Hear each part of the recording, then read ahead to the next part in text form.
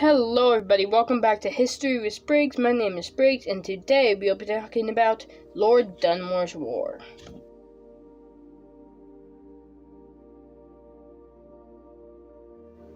Lord Dunmore's War. The Virginians against the Shawnee and Mingo people. Started April 30th, ended October 19th. Some say it is the beginning of the Revolutionary War. Started in 1774 in the American Revolution, 1775. This was because of the little British help during the war. They didn't supply much, and they're mainly cut off from many places, which led to Fort Gower resolves. But more about that towards the end of the video. The Yellow Creek Massacre really contributed to the fire of starting this war. It was when Mingo people came across the river into the present-day area of Steubenville at the Yellow Creek's mouth at the Ohio River, and were murdered by people such as David Greathouse. And so, this angered many Mingos, and they eventually were soon fighting the Virginians. And the Shawnees decided to join too, because of harassment by the colonial Virginians.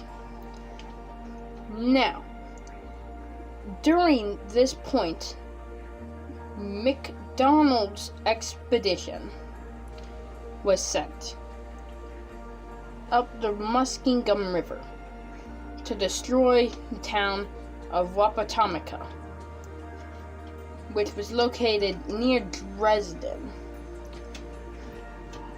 Angus MacDonald was the leader of this expedition, and he was sent with 400 men to destroy this village.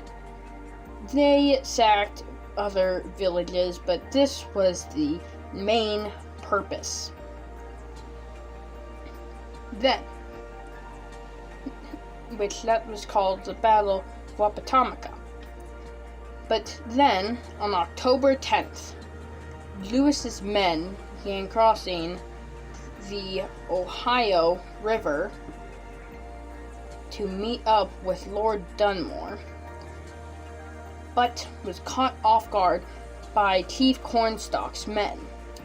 They fought at the Battle of Point Pleasant in modern-day West Virginia, which also boasts the Mothman Museum.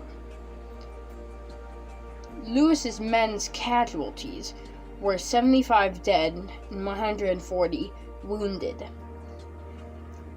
But Chief Cornstalk's men, 40 dead, and they retreated, ultimately with a Virginian battle won.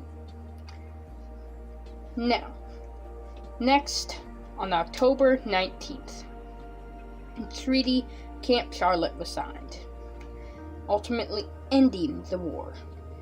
It was signed in the Pickaway Plains. Flat-ish plains south of Columbus.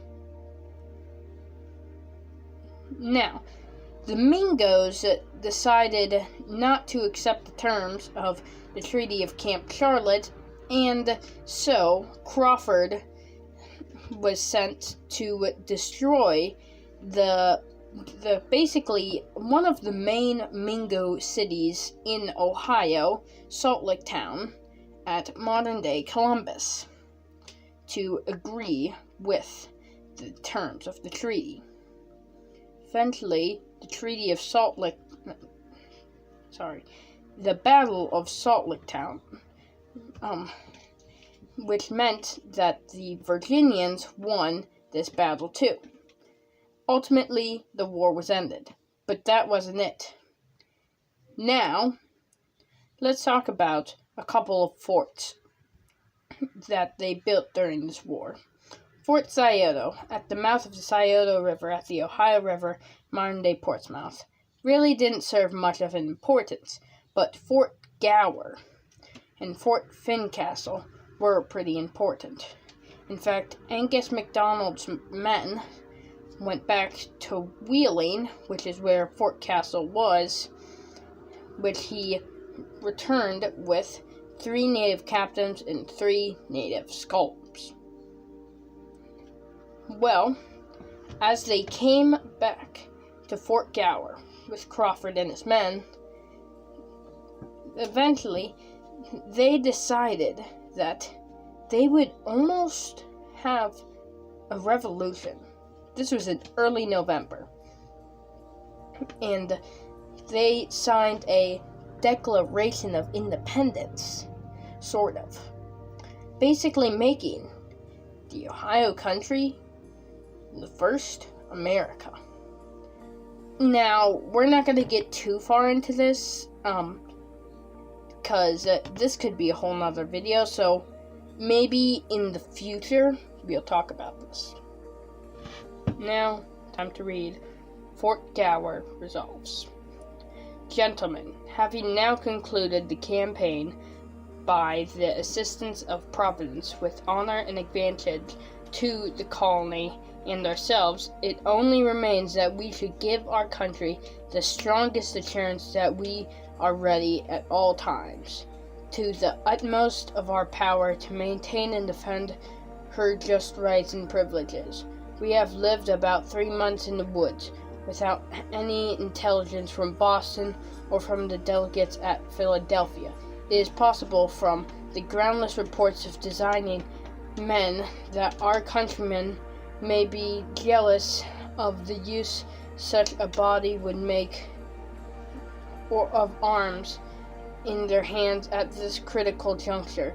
That we are a respectable body is certain, when it is considered that we can live weeks without bread or salt, that we can sleep in the open air without any covering but that of the canopy of heaven, that our men can march and shoot with any in the known world blessed with these talents. Let us solemnly engage to one another and our country in particular that we will use them to no purpose but for the honor and advantage of America in general, and of Virginia in particular. It behooves us then, for the sanctification of our country, that we should give them our real sentiments by way of resolves at this very alarming crisis.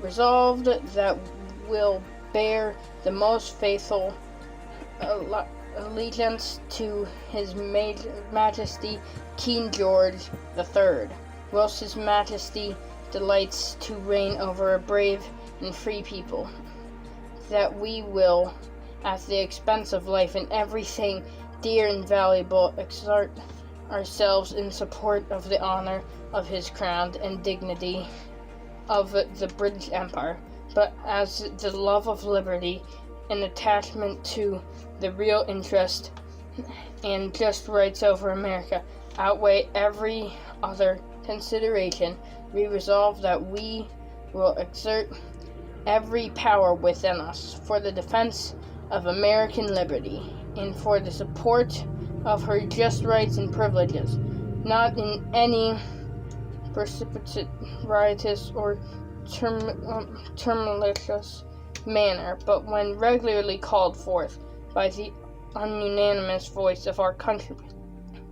Resolved that we entertain the greatest respect for His Excellency, the Right Honorable Lord Dunmore, who commanded the expedition against the Shawnees, and who, we are confident, underwent the great fatigue of this singular campaign from no other motive than the true interest of this country.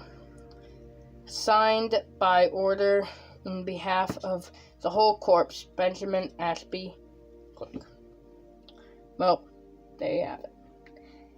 Basically, the Ohio country became independent about 6 months before the first shot was fired at Concord. Very interesting. Well, that's it for today. Thank you so much for watching, and make sure to subscribe to History with Spriggs. Now, that being said, Spriggs out.